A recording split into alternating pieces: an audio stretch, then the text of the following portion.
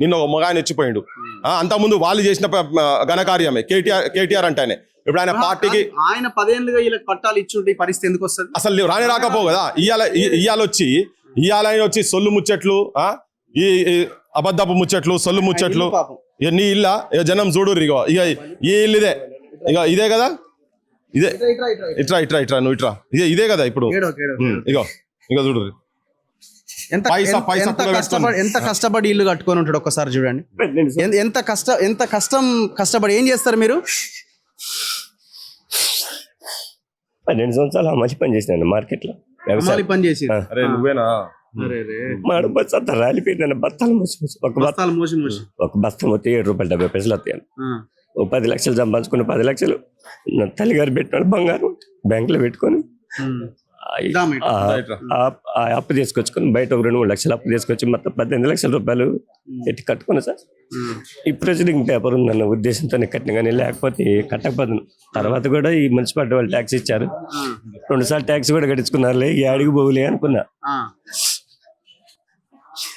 తెల్లవారుజామున కోడి పిల్లల మీదకి నా పిల్లి పడ్డట్టు అసలు నా బిడ్డ పీజీ చదువుతుందన్న.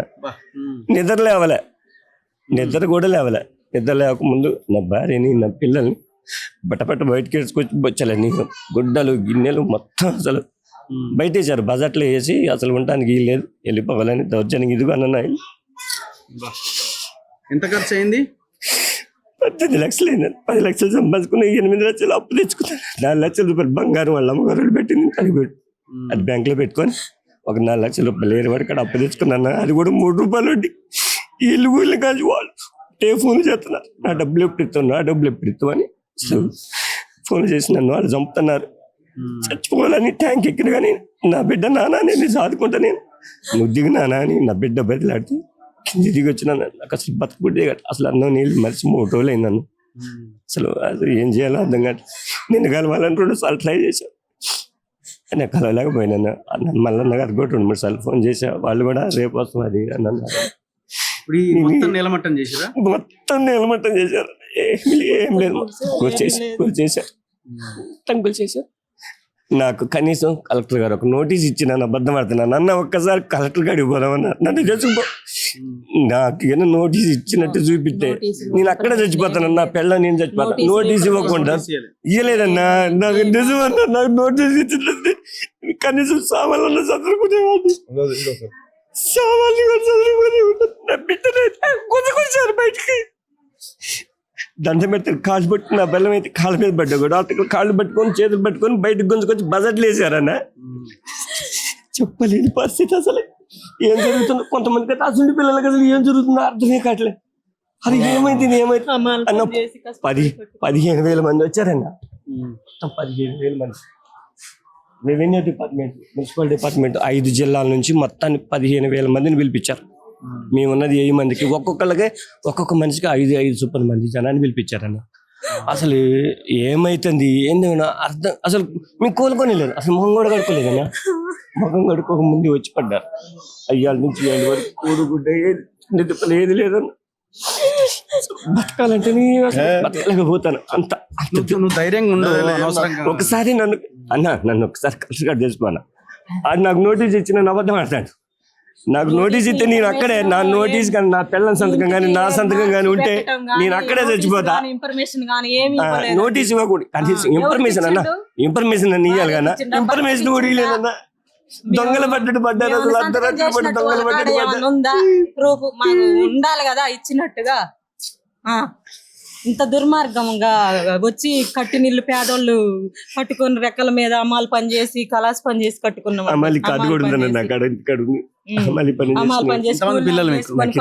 నా బాబు నా కొడుకు హైదరాబాద్ లోనే ట్రైనింగ్ తీసుకుంటాను. నా బిడ్డ అయితే అన్నం నీళ్లు మరిచి 3 రోజులు అన్న కనీసం తినలేకపోతాను. తింటలేదు. అదే గుర్తు అసలు అన్న దౌర్జన్యంగా దొంగలు పడ్డట్టే గద్ద మీద కోడి పిల్లల మీద గద్ద సడన్ గా వాళ్తుంది. అట్లా వాళ్ళ 15,000 మంది దగ్గర 15,000 మంది ఉన్నారన్న. ఏం తట్టుకుంటా. పాపేది పీజీ చేస్తుంది. తను చదువుకుంటుందా? డిగ్రీ అయిపోయింది. మీరు చదివిస్తున్నారు కష్టపడి. కూలి చేసుకొని ఫస్ట్ నుంచి రెక్కలు మనం కష్టపడి కదా తెచ్చుకున్నా. నాకు ఏం లేదన్నా వెనుక, నాకు వెనుక అంటే ఏం లేదన్న. అమ్మాయిలు పని చేసుకొని పని చేస్తే 10 లక్షలు అంటే నాన్న బిడ్డ పెళ్లి చేస్తానమ్మా అంటే సెకండ్ ఇయర్ లో వద్దు నాన్న నేను చదువుకుంటే ఇంకా నాకు చదవాలని ఉంది, నేను ఏదో ఒక జాబ్ తెచ్చుకున్నాక నన్ను చదివినానంటే రెక్కలు ముక్కలు చేసి నా కష్టం వాళ్ళకి తెలియకుండా చదువుకున్నా. నా భార్యకి కూడా చేత కాదు సార్, కొంచెం ప్రాబ్లం ఉంది, ఏం కూడా చదవదు, బయటకు పోదు, ఎటు పోలేదు. ముగ్గురిని కూడా సొంత బిడ్డల, నా భార్యని కూడా సొంత బిడ్డలు చూసుకొని వాళ్ళు నాకు 3 పిల్లగాళ్ళు అనుకొని చదువుకుంటున్నా. ఇప్పుడు 46 సంవత్సరాలు వచ్చినాయి, చేసే పరిస్థితి కూడా లేదు. నాకు ఓపిక కూడా చచ్చిపోయింది అన్న. చేసి చిన్నప్పటి నుంచి కష్టం ఇవ్వాలి కదండి. నేను అడిగానన్న, ఒక్క నోటీస్ ఇస్తే ఆ జాగ్రత్తలో మేము ముందు ఏం జరిగినో ఎట్లా నీరసం ఎవడు ఆపలే.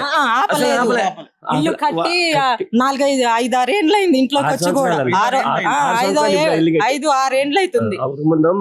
అంత ముందు షెడ్ లో ఉన్నాం మామూలుగా, మొత్తం ఉండబట్టి 10 ఏండ్లు అక్కడ అటు ఇటుగా 9-10 సంవత్సరాలు అయిందా వచ్చి. పంటను 3 సంవత్సరాల నుంచి 3 సంవత్సరాల నుంచి షెడ్ వేసుకున్నాం.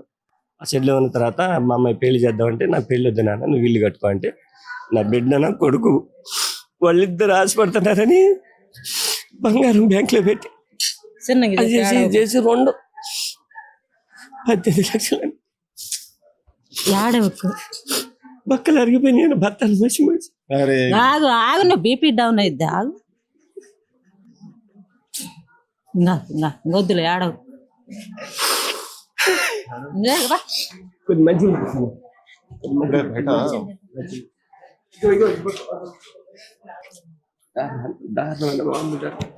దుర్మార్గం ఆడ చూడలేదు.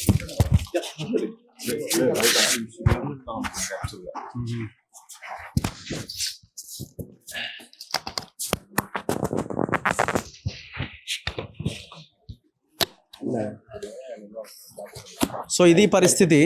మాటలు నాకైతే మాటలు రావట్లే. తుమ్మల నాగేశ్వరరావు నాశనం అయిపోతాను. మమ్మల్ని జైల్లో పెట్టినా తప్పులేదు, ఏమి ఇబ్బంది లేదు, మేము జైలుకి వెళ్ళడానికి రెడీగా ఉన్నాం. 70 ఏళ్ళ వయసులో నీకు సిగ్గు శరం ఏమన్నా ఉంటే ఈ కుటుంబం వీడియో చూసిన తర్వాత అయినా మారు. 18 లక్షల పెద్ద మనిషి 50 ఏళ్ళు వచ్చినాయి ఆయనకి. ఎంత కష్టపడితే 18 లక్షలు వచ్చి ఆ ఇల్లు కట్టుకోవాలా? నీ ఇల్లు కూలగొడితే ఆయన బిల్డింగ్ ఎక్కి చనిపోదాం అనుకుంటే ఆ బిడ్డ ఆపింది. ఆ బిడ్డ ఆపకపోతే ఆయన ప్రాణం పోతే, నువ్వు చస్తే నీ భార్య ఎట్లాంటి ఆలోచన ఉంటుందో నీ భార్యను అడుగు. మనుషులరా మీరు అసలు? ముఖ్యమంత్రి చూస్తున్నాడా ఈ వీడియోలో? నాకు సంబంధం లేదంటాడా? పొంగులేటి సంబంధం లేదని నిన్న ప్రెస్ మీట్ పెట్టిండు.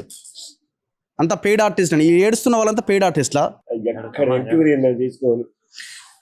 నువ్వు ఏడవకు, నువ్వు పద మళ్ళీ వస్తాం పద. వాడు నా ఫోన్ ఎత్తట్లేదు, కలెక్టర్ నా ఫోన్ ఎత్తట్లేదు. చెప్పిండు అందరికి పేపర్లు ఇచ్చారు.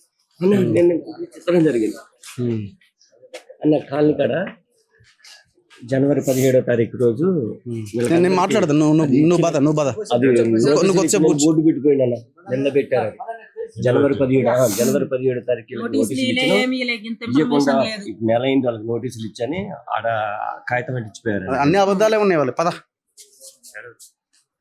నేను వస్తాను, నేను బయటికి వస్తాను. ఇప్పుడు ఆ 18 లక్షలకి వీడు ఇచ్చే డబుల్ బెడ్రూమ్కి ఏమైనా సంబంధం ఉందా?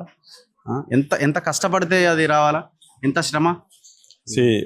బల్లులు గుడ్లు పెట్టే జాగల, తొండల సంసారం చేసే జాగలల్లా వీళ్ళు పోయి దాన్ని అటో ఇటో దాన్ని షేప్గా చేసుకొని దాన్ని పూదోటగలేక అనుకున్నారు పాపం వాళ్ళు.